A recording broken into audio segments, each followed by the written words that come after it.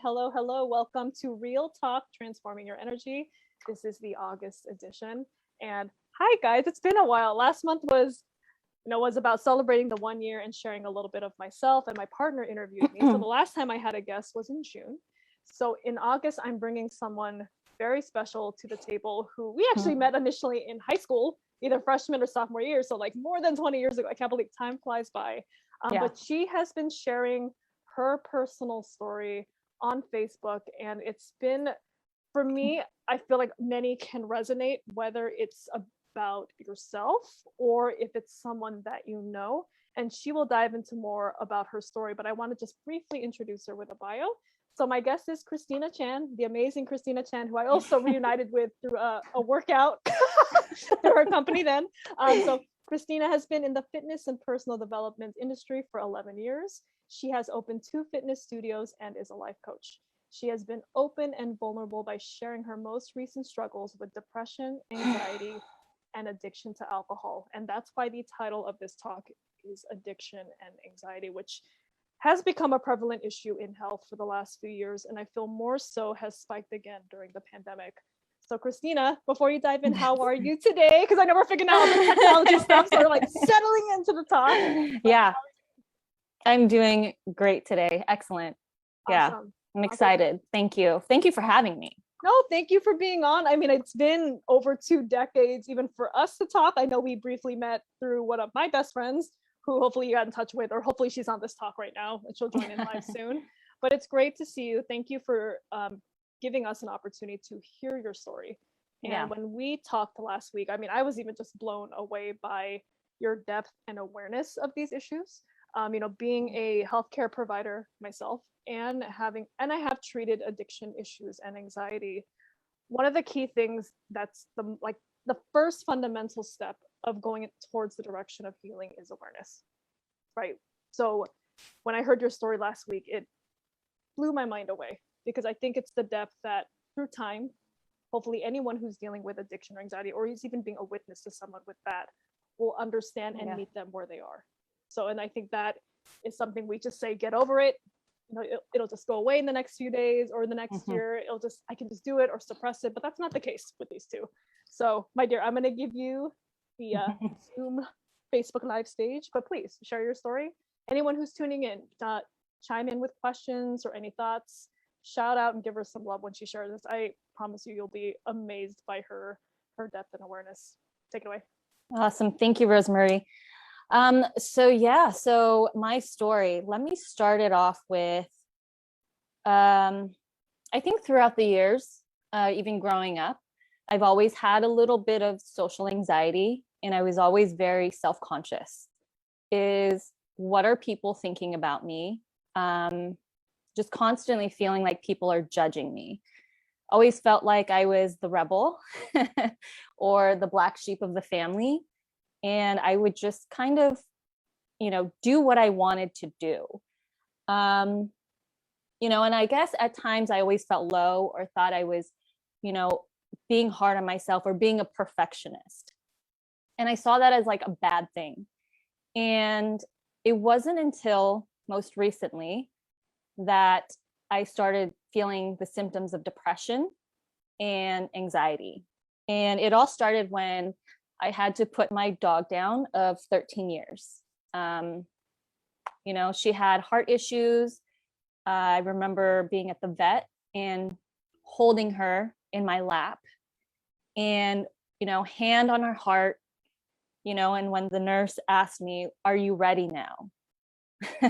I mean, no, I'm not ready, but what else can I say? And just feeling my dog's heartbeat stop and her body just go limp in my lap. It was like 13 years of love, of joy. My best friend was gone. And I think in that moment, I didn't really know how to process it. I definitely felt a lot of grief. I remember going home and house felt empty. It was just me and her, and looking at her bed, and it's like, well, she's not going to be in that bed anymore. That was really, really hard. And I think that kind of kicked things off for me. And she was also my meditation buddy. So we would meditate every day together. She would lay next to me and we would have our little routine. And so I think that's when the depression really started to kick in. I didn't know how to grieve properly. Not that I know that there's a proper way, but I don't think I was able to really process what had happened. I allowed my emotions to come through, but it was just so hard. It was one of the biggest losses I think I've ever experienced in my life. And that was really tough. And then that's when I knew I was experiencing depression, was when I just didn't care about anything. I would just break down and cry out of nowhere. And then so I was diagnosed with depression. I went to a psychiatrist and he prescribed me antidepressants. So I was on that for a little bit. Not sure that it actually really helped. And then around the same time, I went through a lot of transitions. Transitions are always hard. So had to put my dog down. I was going through a divorce at the time, which is also really tough. And then also working on separating our stuff and for me to move out, to find my own place. Now, this was happening around February, late February, right before COVID hit. So all of that was happening. So I was dealing with all this stress and depression, and then COVID happened. So I also own a fitness studio and we had to shut down. So now I've lost my dog. I'm going through a divorce. I had to find my own place and I had to shut down my business. That was a lot. And then I had to isolate from my family and my support systems because COVID. And I remember when I finally found the apartment that I was going to move into, wasn't my first choice, but I felt like I had to make that decision. Things were closed. Furniture stores were closed. Grocery stores were still trying to figure out this whole social distancing thing. So it was just me in this big empty up 1-bedroom apartment with an air mattress and a bottle of tequila. And that was it. No internet, no TV, nothing. And I remember just feeling like everything that I knew was completely stripped away from me. My marriage, my business, my dog, the place I used to live, everything was new. It was like, and then this COVID stuff, right? So it was like, who am I? What is going on? Everything was all at once. And I didn't know how to deal with it. I felt like I was the one that was supposed to have the answers because I always had the answers. I was the one people would look up to solve things, or I would have my cool. And I'm also the middle child, so always the mediator, trying to please everybody. And for once, I was just stripped away of everything I knew. And so then it became who am I? What am I without those things? And it came down to stuff I didn't want to look at. Childhood, past traumas, own stressors, being my own, self-critic. I didn't want to go there. It was very, very uncomfortable. My ego was in the way, that's for sure. And so I found escape from alcohol. That was the only thing that kept me going at the time. And I was drinking to relieve any anxiety too. I had anxiety about the future and the current state of everything. And all these emotions were coming up. And growing up, so also a little bit about my past, maybe it's a cultural thing, but we don't talk about emotions. We don't talk about it. Whether we were good or not, or deserving or not, was based on performance, grades. Yeah, it was based on grades, performance, looking good, right?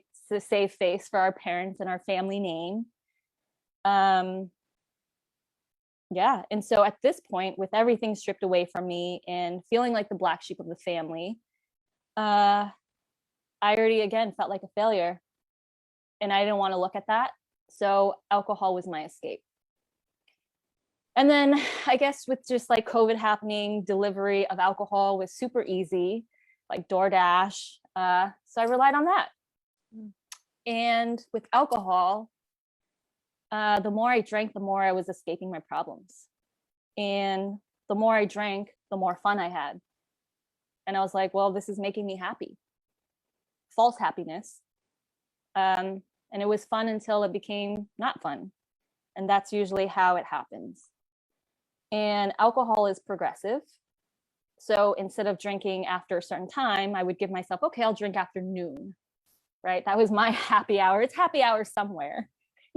That was my thinking, to give myself permission to drink without feeling guilty. But then it came a point where I was like, well, I didn't have to go into work. I don't have to show up for anything. So I started drinking even earlier. And I would just kind of slowly sip on it throughout the day. And I became a functioning alcoholic. Like, sometimes people didn't even know that I was drinking. I couldn't function without being a little buzzed because of my anxiety as well. So I convinced myself that by drinking, it'll ease my anxiety and it'll make me feel calm and it makes me feel happy. And that was my reality for a long, long time. And I would wake up in the mornings, and then instead of having my usual cup of coffee, I said, well, I want to be happy. So I took a shot of tequila instead at 8 a.m. Pretty freaking sad. Looking back at it now anyways. In that moment, I could totally make sense of it all. Like, who cares? I had no purpose at the time. I was so lost and so uncomfortable in feeling anything. And yeah, so my drinking started at 8 a.m. in the morning, and I would just sip on tequila throughout the day. And over time, I would drink more and more and more and more. And this literally happened, I would say, almost every day for a little over a year. Can you imagine? Like, I was just filling my body with poison since the moment I woke up till when I closed my eyes at night. Wow. Just sipping on tequila. Barely drank any water. Got to the point where I would even like start throwing up, but I was like, oh, whatever. And after I threw up, I would go take a shot. Ridiculous, right? Like, talking about it is like so crazy, but in the moment, like, I was in it. And I needed it. And so I became addicted to alcohol. Can I ask you a question? Yeah. Feel free to cut in at any time. Yeah. No, not at all. I think there are some people I see tuning in and out. So for those who are tuning in a little bit later, could you repeat what you were going through in the beginning? Because it's multifaceted. And so I just want that for the folks who are tuning in now to hear what you've been going through that led to these events. Just brief bullet point. So when you say going through, like the transitions I was going through? Yes, correct. Yes. Yeah. So at the time when my alcoholism started and depression, anxiety, I was going through having to put my dog down of 13 years. So grieving her passing. I was going through a divorce at the same time, having to move out and finding my own place, living alone, and then having to shut down my business because of COVID. So major transitions, and everything was just stripped. My identity, everything I knew was gone. So I was left with just being with myself. Yeah, and I did not want to go there. Well, talk about being hit mind, body, and spirit. Yeah. I mean, you're the first person I've met, at least so far in my lifetime, that have gone through multiple huge transitions at the same time. And on top of that, the timing of it unfortunately landed with COVID. Yeah. Right before COVID hit and everything was shutting down. So you were in a very good way that you just described, that you were stripped of everything and pretty much left with yourself and, in a sense, naked. And I think this is, I can't think of another kind of rock bottom. I feel like that's a good description of one, when you're hit hard with multiple things, multiple facets that hit multiple parts of your life, and you're left with yourself and you can't see anybody in person. That was also taken out of your control. I don't know how you did that, to really organize yourself. I mean, I know that you've already mentioned the different types of things that you have gone through and the alcoholism. Thank you for being very open with that, by the way. Yeah. I think there are many people I have met who, or the alcohol use just went up naturally with COVID. The eating habits have changed. The rates of anxiety, depression, and panic attacks have gone up, since COVID naturally. But to add on, just with COVID alone, but to add on top of that, your own personal stuff. So I'm just taking a moment to pause, because it's like the trilogy set. I know we talked about this last week, but if anyone who's watching this live, I mean, can you relate? Share an emoji. I know Una has said she could relate to the first part of what you were talking about with your transition, but the hero's journey. So stripped of everything. Yeah, stripped of everything. Went through an addiction issue that lasted. May I ask, and this is going in detail, how much were you drinking a day? Well, it started off not so much, right? And then let's say when it got to like the worst part, I would say, I mean, so like a 750 milliliter bottle, right? That's pretty big. That'll last me 2 days. So I would buy like 2 or 3 bottles of 750 milliliters per week. Wow. Just to get me through. And also the reason why I kept drinking was because when I stopped, I would get panic attacks. And I also had withdrawal symptoms. And withdrawal symptoms from alcohol can be actually really dangerous and life-threatening. So you get the shakes, get the sweats. And then there's something called DTs, delirium tremens, I believe. And that's when you start to hallucinate. And then I can possibly have a seizure from that. I definitely got the shakes and I definitely got the sweats. And whenever I felt those, I felt so uncomfortable. And I'm like, I can't do this cold turkey. Let me take a shot of tequila. And so I also kept drinking because I didn't want to experience the withdrawal symptoms and the uncomfortableness of it. And I did not know how to ask for help. I was too ashamed to ask for help, to admit that I had this issue. And I was like, I didn't want to bother anybody. I was like, COVID, people are stressed. I don't want to add more onto their plate. I didn't know how to ask for help because I felt ashamed. And that's really simply it. And I kept that going. And alcohol only made my anxiety worse, which is known to do that. And it actually makes depression worse, which is also known to do that. Yet I kept escaping to the bottle for that temporary relief because I didn't want to feel those things, but yet that was also causing me to feel those things. And it just started to progress over time. And then I had suicidal ideations. And it's a very real thing.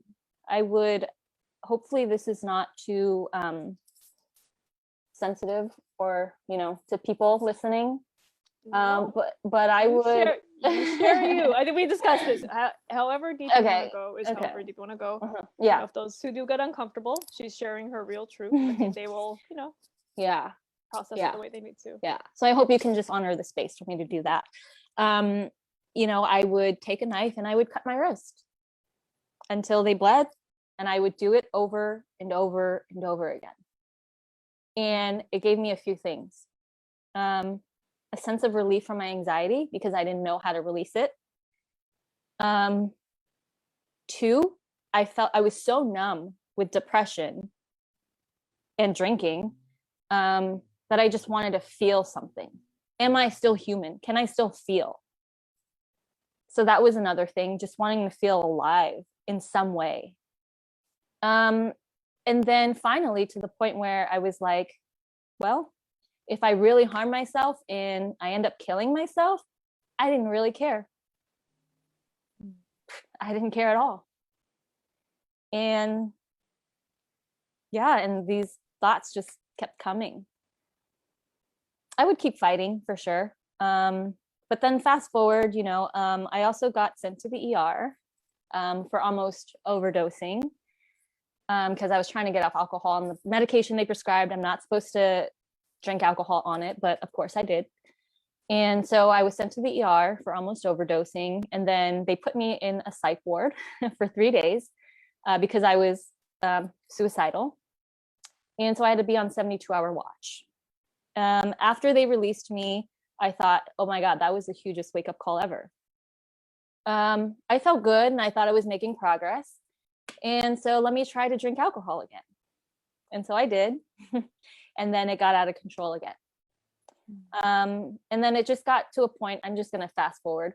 It just got to a point where it was so bad and I knew I needed help, that this is not sustainable. And I definitely had hallucinations, by the way, when I was trying to cut out alcohol. I had hallucinations. I was hearing voices. I was hearing literally music in my head. And I kept saying, Alexa, turn off. And I would walk up to the speaker and Alexa wasn't even on. So I was hearing voices, I was seeing things, and I'm like, wow, this is serious. And so I went to rehab and I was in rehab for 30 days. And I got out and I was clean. It was good. Like, it was a big difference. And I think one thing I want to mention about recovery is that it's not linear. And I thought it was. Being a perfectionist, having experienced it one time, I thought that I would get it right the first time. Like, oh, I'd be cured. And I think that was a wake-up call. That recovery is not linear. And there really is no cure for it. I think it's just constant practice and awareness of it. And to realize that it is a journey. And I've relapsed a few times, but with each relapse, I have learned something from it. It would be like up leveling. So relapse, but then I'll learn something from it. Up level, relapse, learn something from it. And I think I'm grateful for each step because it's brought me to where I am today, which is the ultimate thing that I've always been searching for all my life, is self-love and self-acceptance and not giving a shit about what anybody else thinks. Yeah. And that depression and anxiety and just mental health right now is a big issue. And, I've had people reach out to me that knows somebody in their life that is going through similar issues, yet they don't know how to support them. Because I remember when I was in it, people would just tell me, oh, it'll pass. It's okay. Go get help. Go back to rehab. Have you tried this? And they're like trying to give suggestions and telling me almost what to do and what I should be feeling, and that it's not a big deal. Get over it. It'll pass. It's in the past. All of that is very disregarding. And as soon as I hear things like that, from my perspective, having gone what I've gone through, a wall almost kind of goes up. And it's almost like, well, you really don't understand.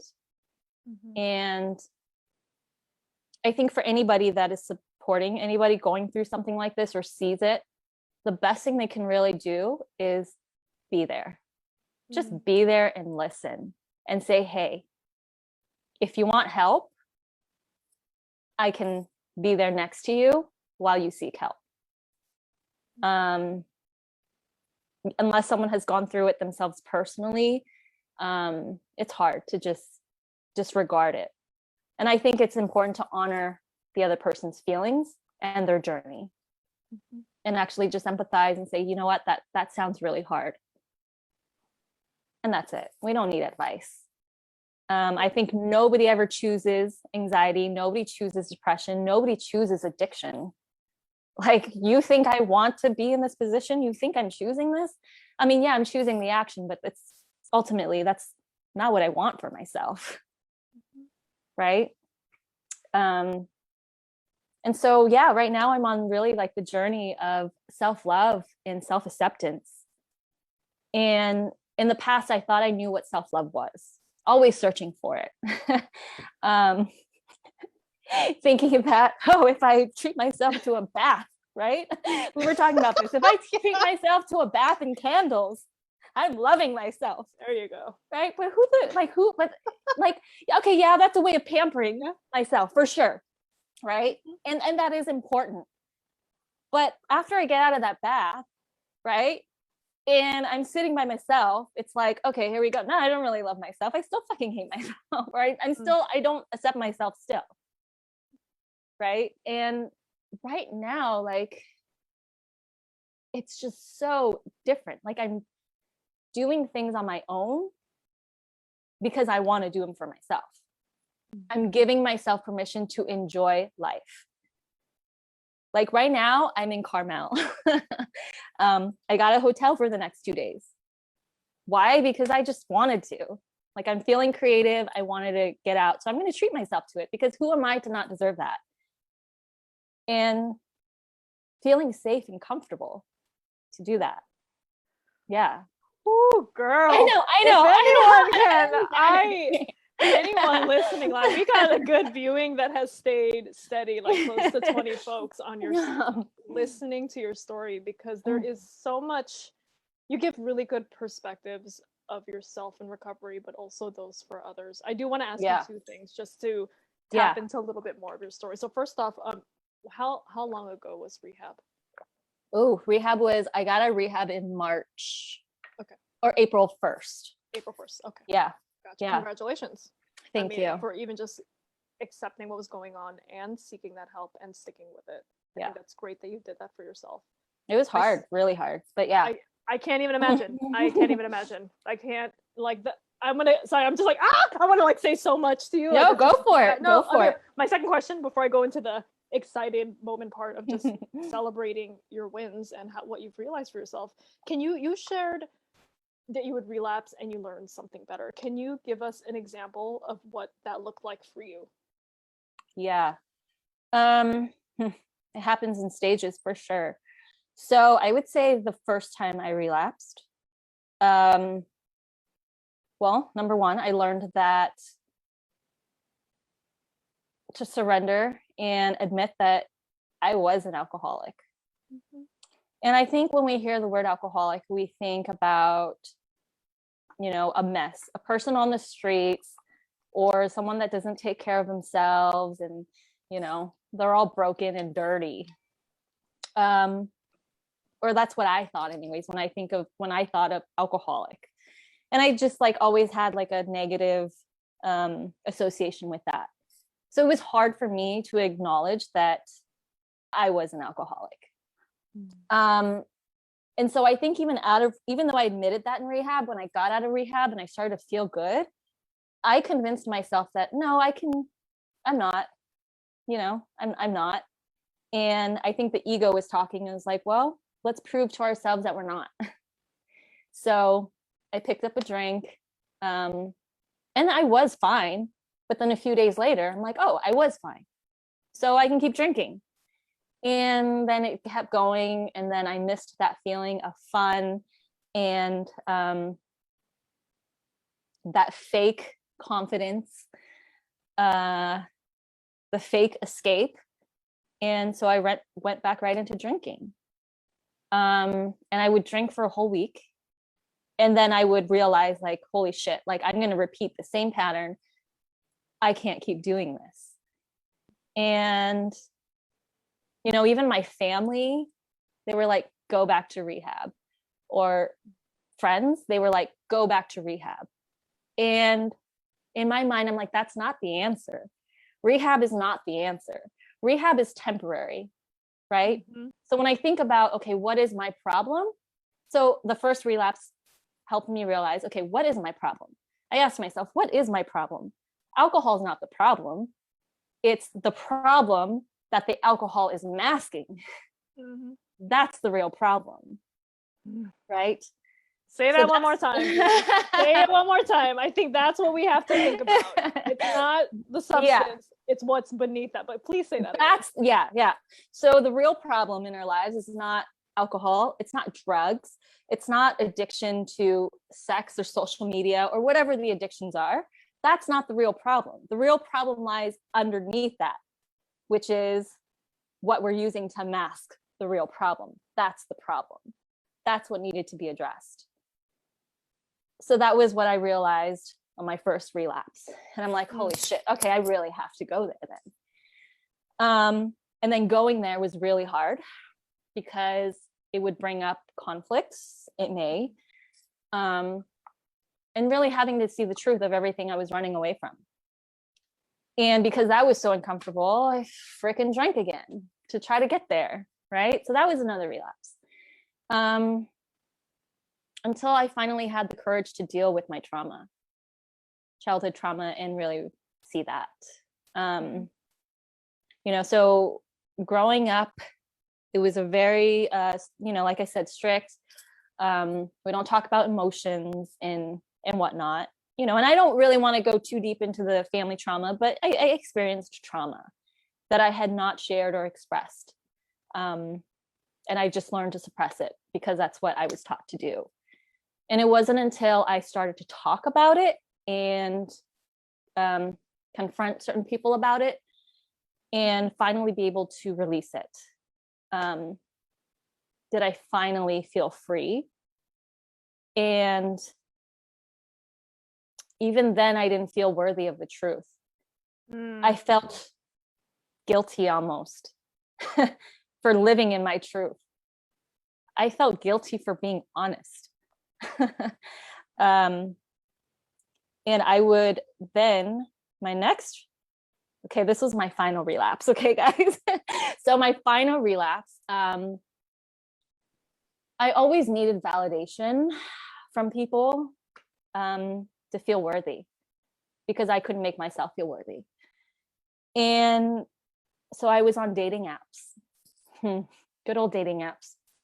And I would date one guy after another, sometimes 2 dates in one night, back to back.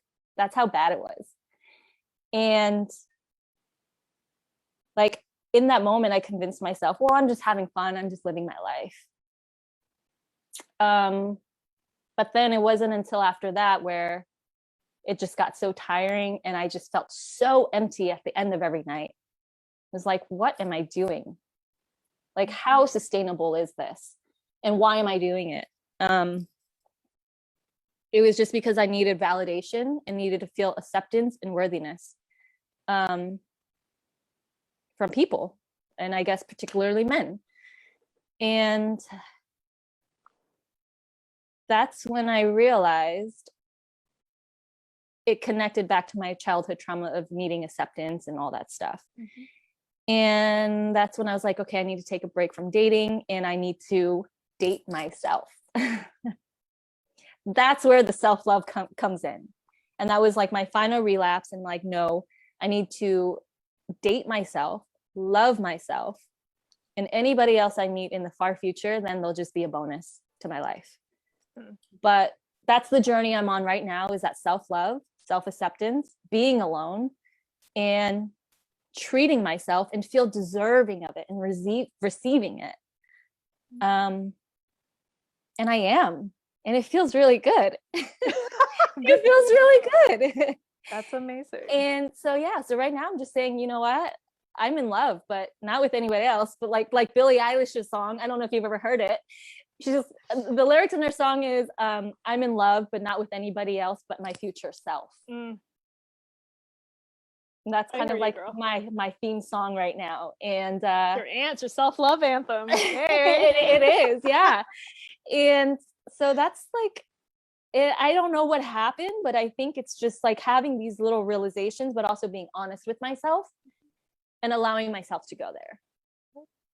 You know, we can have relapses and whatnot. And I think that all these experiences are beneficial as long as you learn something from it. As long as you have that courage to continue on and get honest and not stay in it. Yep. Yeah. And I think the universe will continue to throw things at us until we learn the lesson that we're supposed to learn. I absolutely agree. No, I hear you, girl. You clearly, your story, your resilience, your strength, your courage is all very clear to anyone who's watching this. And you are right. Like when it comes to, I mean, like you, I mean, I've been on this self-love journey too. Yeah. And when you think about what self-love means, you're right. It's beyond the let me pamper myself, go to a spa, you know, treat myself to this. It's a part of it. Yeah. It's a part. It's a part of it for sure. It's a part of it for sure. Because you do deserve those things. Well, I mean, I can analyze that, go deeper into it. But I think the essence of what I want to get to, in just relation to what you were saying about how you're accepting yourself, I think about in my life and going on this self-love journey as what's the conversation I have in my head when I'm alone? When no one else is there, it's just me. And that journey itself, similar to yours, has not been a linear one at all. And you said something else, which I've said in multiple talks, about the stuff that we experience and these traumas that we go through really most likely stem back from your childhood. And you think about when you're a kid and you go through these things, you're developmentally, you don't have the capacity to really cope with it.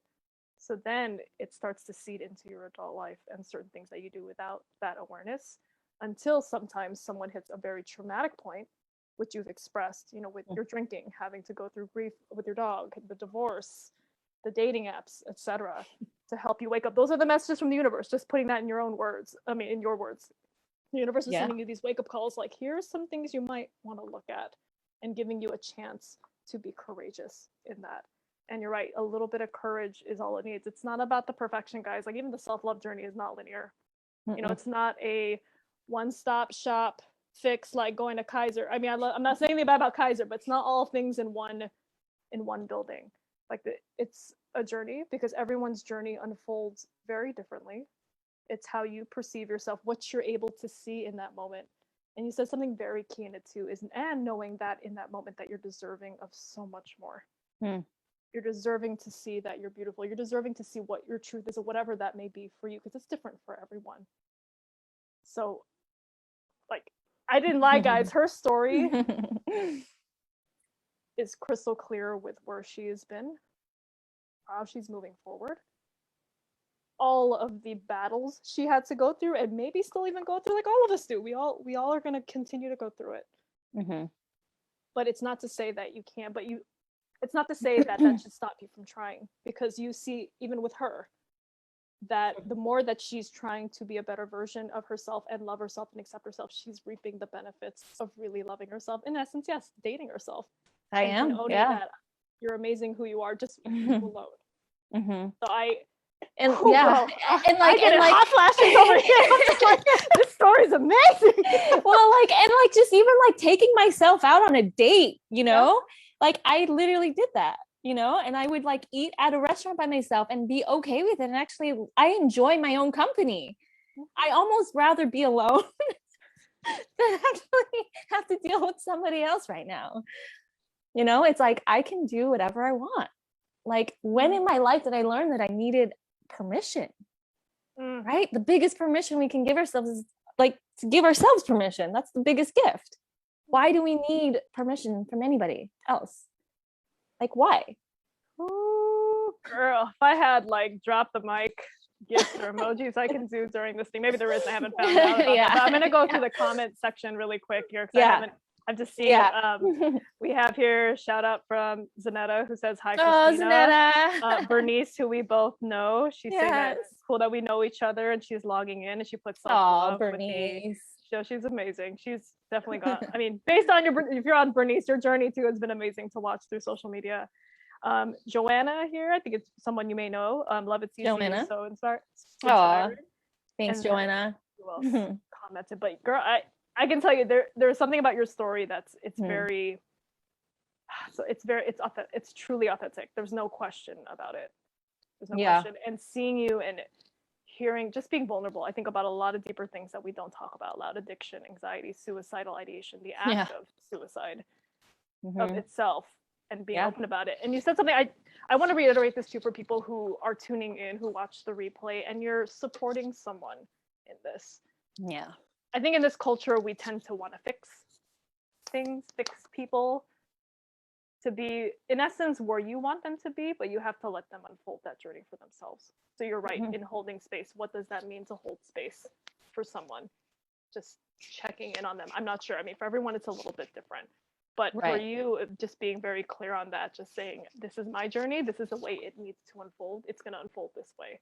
And there's nothing you do, like your family members just telling you go back to rehab. It's not just about rehab. It's about me letting me do this at my own pace and just respecting that space. That I Right. with it. You know, and also like from our end, my end anyways, I also realize these people care and they're trying to help.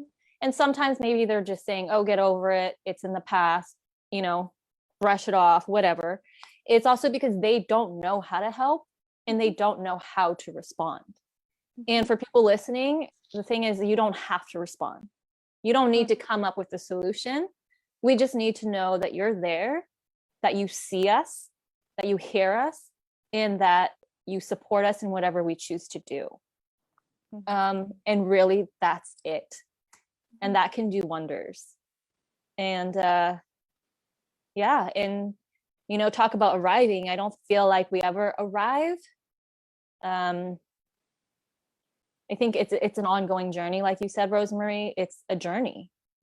You know, once we arrive, we think we need to go over here, you know, and then we arrived and then we go over there. We never arrive. It's just a beautiful journey. So just enjoy it. And it's not always going to be linear. Yep. Yeah. Absolutely. It's okay. Part of something like I believe in and, you know, teach with my clients too is what it means to have internal freedom. And a lot of it is what we've already touched on about self-love, self-acceptance, your own thoughts when you're alone, when everything else externally outside of your body is quiet. You know, who are you in that image? So in saying that, I usually ask this to all my guests. Okay. I think it's great. a great way to. No, not. You're like Oprah. You're being like Oprah. Well, no, I mean, Oprah's an icon on her own. I mean, she's amazing. But just if you were to give is 3 tips, and from 2 different perspectives. One is from the person who is going through the episode of addiction or some kind of, you know, psychological mental health issue like anxiety in this case. And then 3 tips for someone who is a bystander, who is witnessing some. I know you've already mentioned a couple things to do, but if you were to sum it up in 3 tips for each, take your time, blend the 2 together, up to you. Okay, let me think. I'd like to always think of tidbit things that steps they can think about. Yeah. Okay, so I would say someone experiencing mental health issues or addiction, depression, anxiety, you know, whatever it is. One is, I'm going to say it's okay to ask for help. Okay. It's actually a sign of strength and not weakness. And it really, at that point, it really doesn't matter what other people think, because it is for yourself. It was for myself anyways. I can't do that. I couldn't have done it alone. There's no way. I would probably be dead by now. You wouldn't see me on this podcast talking to you. So number 1, ask for help. It's a sign of strength. Number 2, I would say someone going through something like this. So number 1 was ask for help. 2 is force yourself to get outside. Force yourself to get outside. It feels like a big daunting task of not wanting to socialize, of not wanting to be outside to even get some fresh air. And I literally had to force myself to do that. And every time I did that, I did feel a lot better. You know, even though I would walk outside and feel nothing and feel worthless, I always did feel a little better. So I would say get outside, get some fresh air, interact with people. I know you don't want to, do it. Force yourself. That's helping yourself. And then number 3, I would say support group. Find a support group. You don't have to share your story with everybody. Share it with people that deserve it, right? People that you trust. Your story is sacred. Find people that you can share that with wholeheartedly. And like Rosemary said, that where they can create the space for you to just be and express. They're not trying to fix you or anything like that. And then when it comes to support groups, you know, there's online support groups for addiction. You know, there's Alcoholics Anonymous. There's something called Narcotics Anonymous, and that's for drug abuse and alcohol as well. And I think there's one called Adults, Children of Abusive Families or something. It's ACA. So there's like a bunch of different outlets where you can get help and support, where people resonate with you. So don't be afraid to reach out to those resources, because those have been a staple for me. It's given me a structure and to feel like I'm not so alone. And you are not alone. You are definitely not alone. For people that are trying to support somebody else, number one, just don't give advice. Don't tell them what to do. I think that's the biggest turnoff. And telling them how they should be or how they should feel, or get over it, it's in the past. That's very disregarding. So number one, don't do that. Number two, I think it's okay to find resources to help that person and invite them to join those resources with you. So as opposed to saying you need help, you need to go to Alcoholics Anonymous, instead you can say, hey, I'm actually going to check out this Alcoholics Anonymous online. I'm going to extend the invite to you. If you want to come, I think you can benefit from it. You don't have to participate. You can sit back and just listen. That feels a little more inviting. And it's not pushy. And you're allowing me to say yes when I'm ready. But also be okay. Don't have expectations of the other person. That's probably my third one. It's don't have an expectation.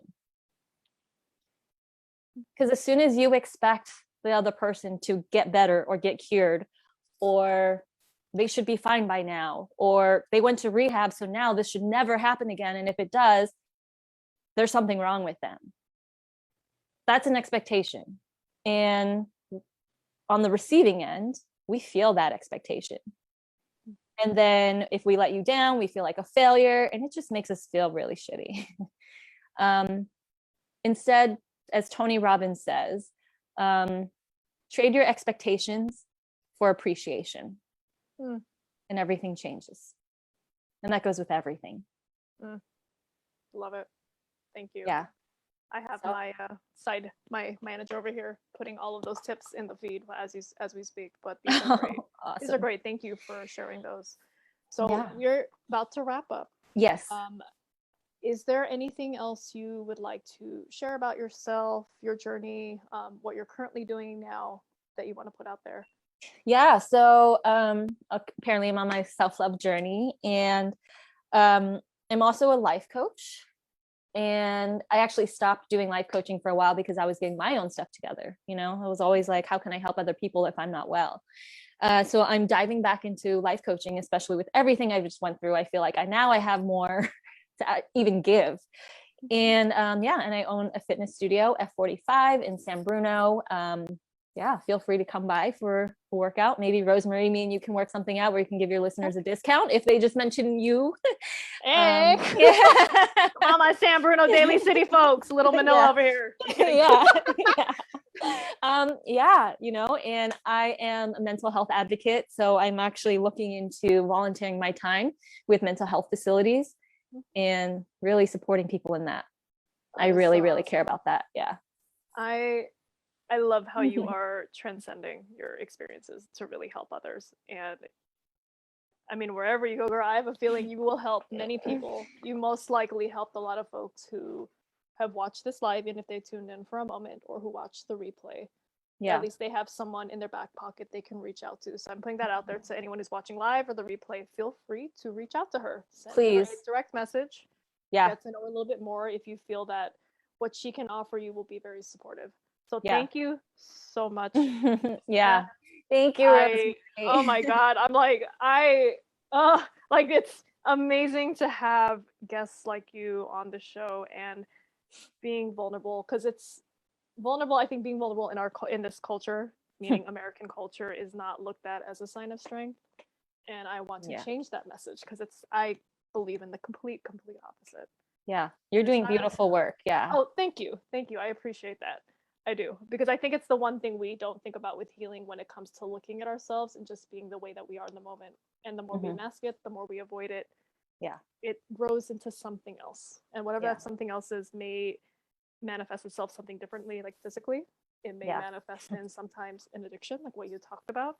I mean, there's different things. So the more we can be ourselves, be honest with our journey, find people who can support you in your journey and meet Mhm. you where you are, and not minimize how you feel or not try to fix you, are some really good ways to start and maintain that.